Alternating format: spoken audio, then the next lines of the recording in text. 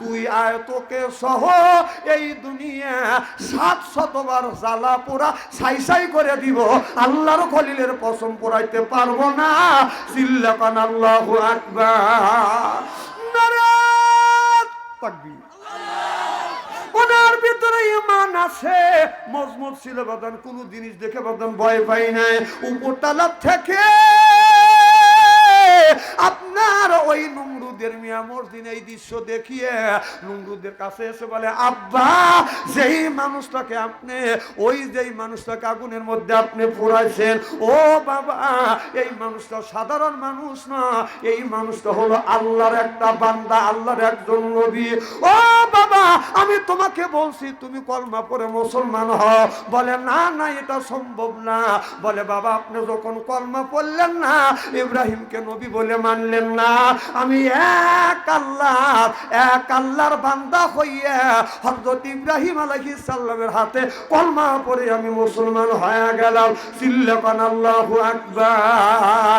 শেষ পর্যন্ত নমরুদের একটা মিয়া, তার নাম হলো মর্জিনা, এই মর্জিনা বদন কলমা পড়ে বদন মুসলমান হয়ে গেল। সোনার মুসলমান ভাইরা, আল্লাহর হাবিবের পিয়ামতেরা ভালো করে লক্ষ্য করে শুনো। এবার হযরত ইব্রাহিম আলাইহিস সালামকে পোড়ানোর জন্য অনেক মিয়াকে বদন উলঙ্গ করে রেখেছিল।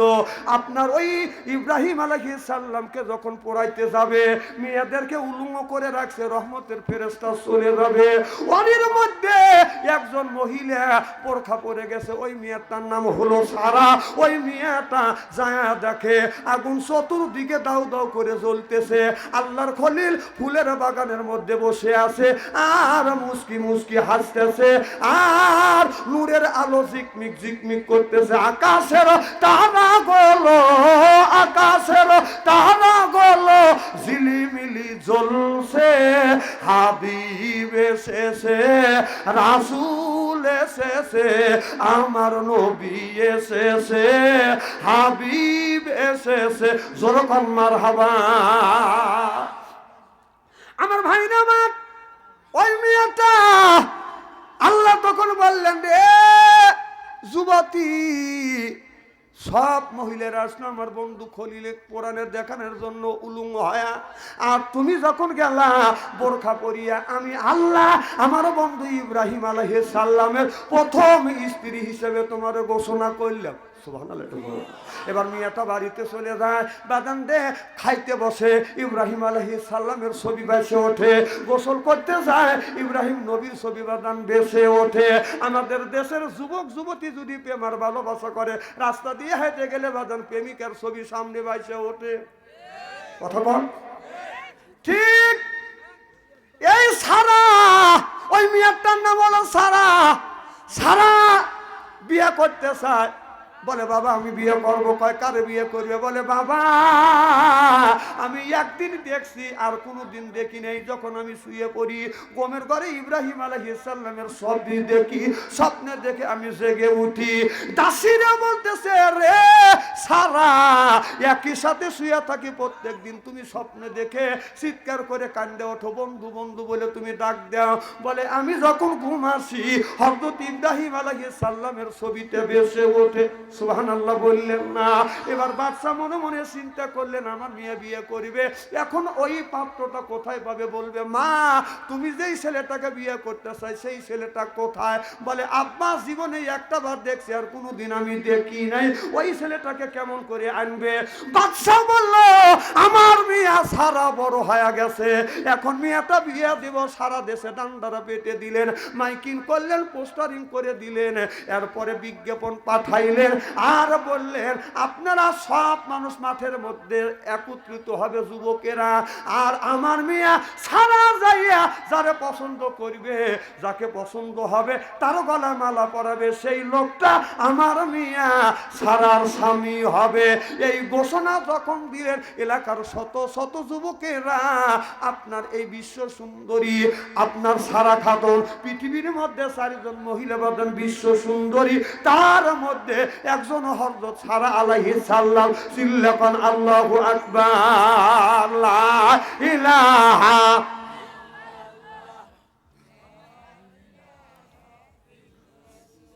না না আর কল লাগবে না রে ভাই, থামেন। আমি কই আপনারা বক্তা খাটানে জানেন, এ জ্ঞান আপনাদের আছে। একটু যে রেস্ট নেবো, সেই যে ফ্যাস ধরছি একটুকু জিরে নে নাই, এরা একটু জিরে বেরো দিবে না। আমার চিন্তা করতেছে তোকে জিরে বের দেবো না জীবনে, যাতে তুই এই এই কি চান্দাই কোনা না আসিস, এই উচিত কথা কবে লেগাইছে। টাকা পয়সা দিয়ে ওরা মনে মনে করতে যে টাকা পয়সা দিয়ে সাহায্য করে খালি গাইল হুনে যাচ্ছে। আসলে কি আপনি এদের গাইলেছি আমি না ভালো কথা বলছি, বাঁচানোর জন্য কথা বলছি। আমার কথা শুনে মানলে তাল গাছ, না মানলে নারকেল গাছও না, মানা না মানা আপনাদের ব্যাপার।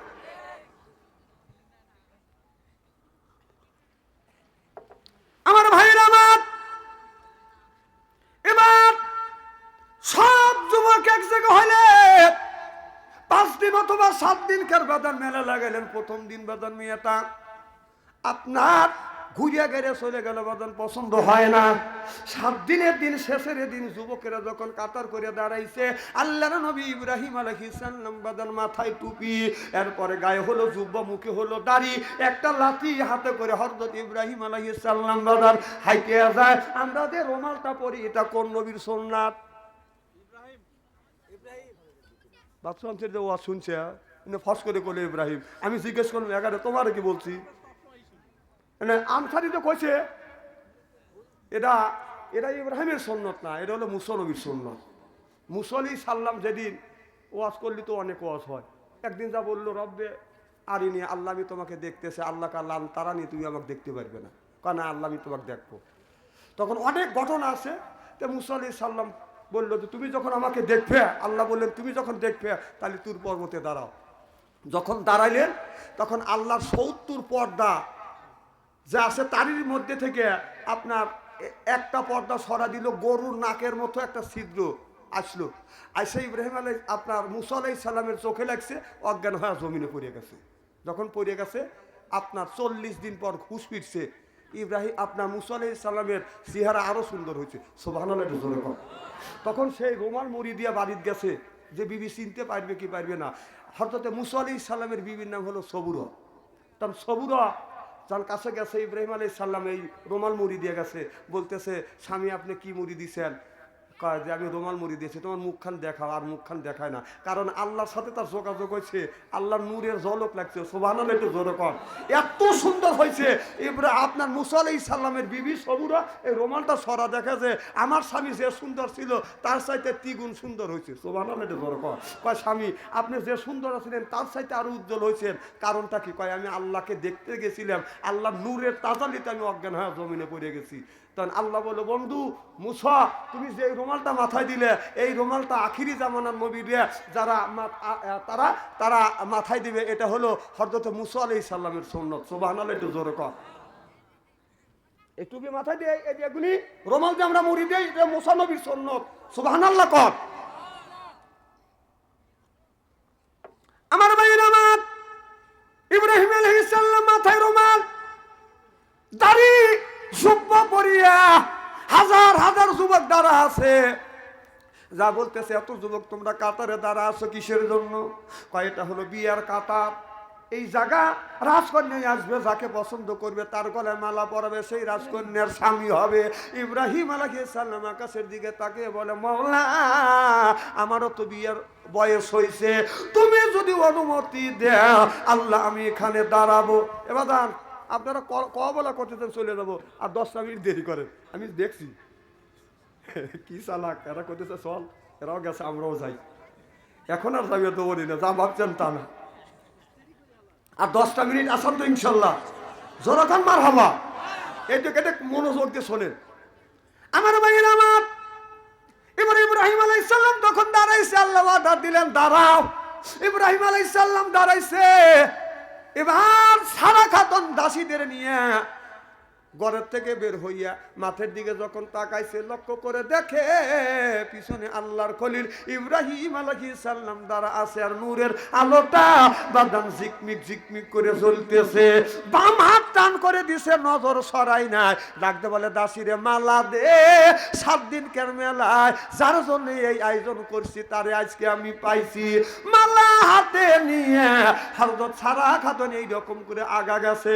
কত রাজার ছেলেরা পাং পুং করে সাজগুজ করে আসছে বাদান, কেউ জিন্সের প্যান্ট পরে আসছে, কেউ আপনার সর জামা গায়ে দিছে। পাং পুং বোঝেন না? আমাদের ছেলেরা পাং পুং করে হেঁটে যায়, আপনার জিন্সের প্যান্ট পরে যায়, টাইট প্যান্ট। আপনার পিছনের দিকে তাকালে পায়খানা রাস্তা দেখা যায়, সামনে তাকালে সুন্দরবন দেখা যায়। কথা জনগণ ঠিক কিনা? ঠিক সব পাং পুং করে গেছে।